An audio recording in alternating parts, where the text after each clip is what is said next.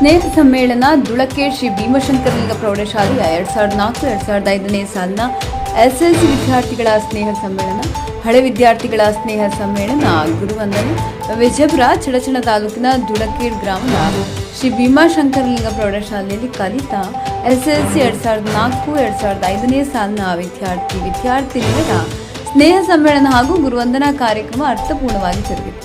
20 ವರ್ಷಗಳ ಬಳಿಕ ವಿದ್ಯಾರ್ಥಿಗಳು ತಾವು ಓದಿದ ಶಾಲೆಯಲ್ಲಿ ಸೇರಿ ವಿದ್ಯೆ ಕಲಿಸಿದ ಗುರುಗಳಿಗೆ ಭಕ್ತಿಯನ್ನು ನಮಿಸಿ ಗುರುವಂದನೆ ಕಾಣಿಕೆಯೊಂದಿಗೆ ಗೌರವಾರ್ಪಣೆ ಸಲ್ಲಿಸಿ ಧನ್ಯತೆ ಮೆರೆದರು. ಅದೇ ವೇಳೆ ಹಳೆ ವಿದ್ಯಾರ್ಥಿಗಳಾದ ಹುಸೇನ್ ಸಾಬ್ ಗೊಲ್ಟೆ, ರಾಜಶ್ರೀ ದುಳಖೇಡ್, ಉಮೇಶ್ ಹೊಸಮನಿ, ಸಂಜಯ್ ಬಿರಾದಾರ್, ವಿಜಯಲಕ್ಷ್ಮಿ ಬಿರಾದಾರ್ ಹಳೆ ವಿದ್ಯಾರ್ಥಿಗಳಾದ ಮಾತನಾಡಿ, ನಾವು ಪ್ರೌಢಶಾಲೆ ಶಿಕ್ಷಣ ವೇಳೆ ನಮ್ಮ ನಡವಳಿಕೆ ಸರಿ ತಪ್ಪು ಮತ್ತು ನಮ್ಮ ಮುಂದಿನ ಜೀವನಕ್ಕೆ ಬೇಕಾದ ಹೊಸ ಜವಾಬ್ದಾರಿ ತೋರಿಸಿಕೊಟ್ಟಿದ್ದಾರೆ. ಸಮಾಜದ ಜೀವಿಸಲು ಉತ್ತಮ ಪ್ರಜೆಗಳಾಗಿ ನಿರ್ಮಾಣ ಮಾಡಿದ್ದಾರೆ. ಅವತ್ತವರು ಹೇಳಿಕೊಟ್ಟ ಜ್ಞಾನ ಇಲ್ಲಿಯವರೆಗೆ ನೆನಪಿದೆ. ಈಗ ಕಲಿಯುತ್ತಿರುವ ವಿದ್ಯಾರ್ಥಿಗಳು ಸರಿಯಾಗಿ ಓದಿ ಮುಂದಿನ ದಿನಗಳಲ್ಲಿ ಉನ್ನತ ಸ್ಥಾನ ಪಡೆಯುವ ಮೂಲಕ ಗುರುಗಳಿಗೆ ನೀವು ಕೊಡುವ ದೊಡ್ಡ ಕಾಣಿಕೆ.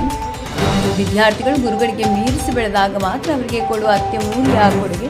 ಹಳೆಯ ಸ್ನೇಹಿತರೆಲ್ಲ ಸೇರಿ ಗುರುವಂದನಾ ಕಾರ್ಯಕ್ರಮ ಮೂಲಕ 20 ವರ್ಷಗಳ ಬಳಿಕ ಒಬ್ಬರನ್ನೊಬ್ಬರು ಮುಖ ನೋಡಿದಾಗ ಸಂತಸ ತಂದಿದೆ.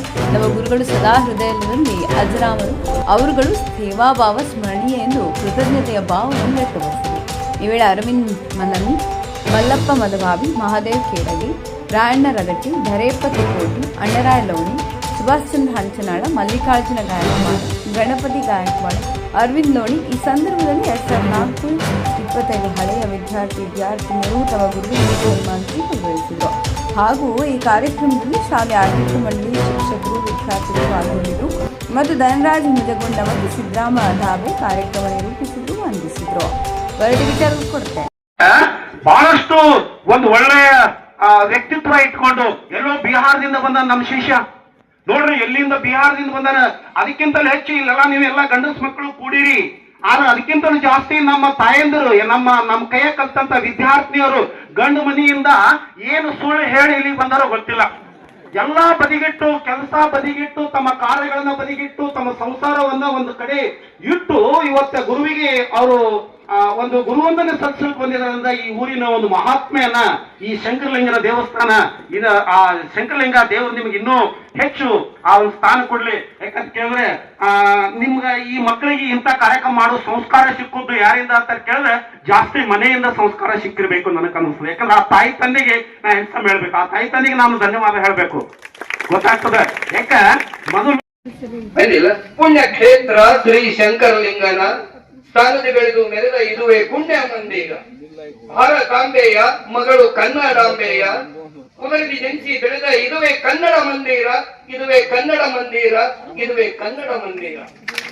ಅವತ್ತ ನಾ ಬರೆದಂತ ಕವಿತೆ ನನಗೇನು ಅನಿಸ್ತಿಲ್ಲ. ಇವತ್ತು ಆ ಕವಿತೆ ಸಾರ್ಥಕ ಆಯ್ತು, ಎಂತ ಸುಂದರವಾಗಿ ಕಾಣಿಸ್ತಾ ಇದೆ ನನ್ನ ಶಾಲೆ.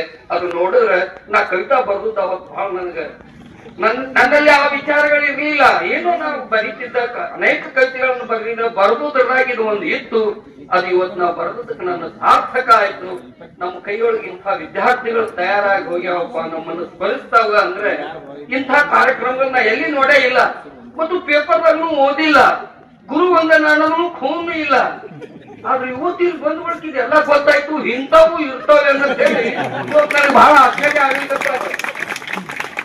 ಯಾಕಂದ್ರೆ ಎಲ್ಲಿ ನೋಡೇ ಇಲ್ಲ ನಾವು, ಇಂಥವು ಇರ್ತಾವಲ್ಲಪ್ಪ ಅನ್ನೋದ್ರಿಂದ ನಮ್ಗೆ ಗೊತ್ತು ಮಾಡಿದಂತಹ ನನ್ನ ಎಲ್ಲ ವಿದ್ಯಾರ್ಥಿಗಳಿಗೂ ದೇವರು ಇನ್ನೂ ನಿಮ್ಗೆ ಒಳ್ಳೆಯದನ್ನು ಮಾಡ್ಲಿ ಅಂತ ಹೇಳಿ ಆ ದೇವರಲ್ಲಿ ಹೇಳ್ಕೊಟ್ಟು ನಾನು ಯಾರು ಮಾಡ್ತೀನಿ.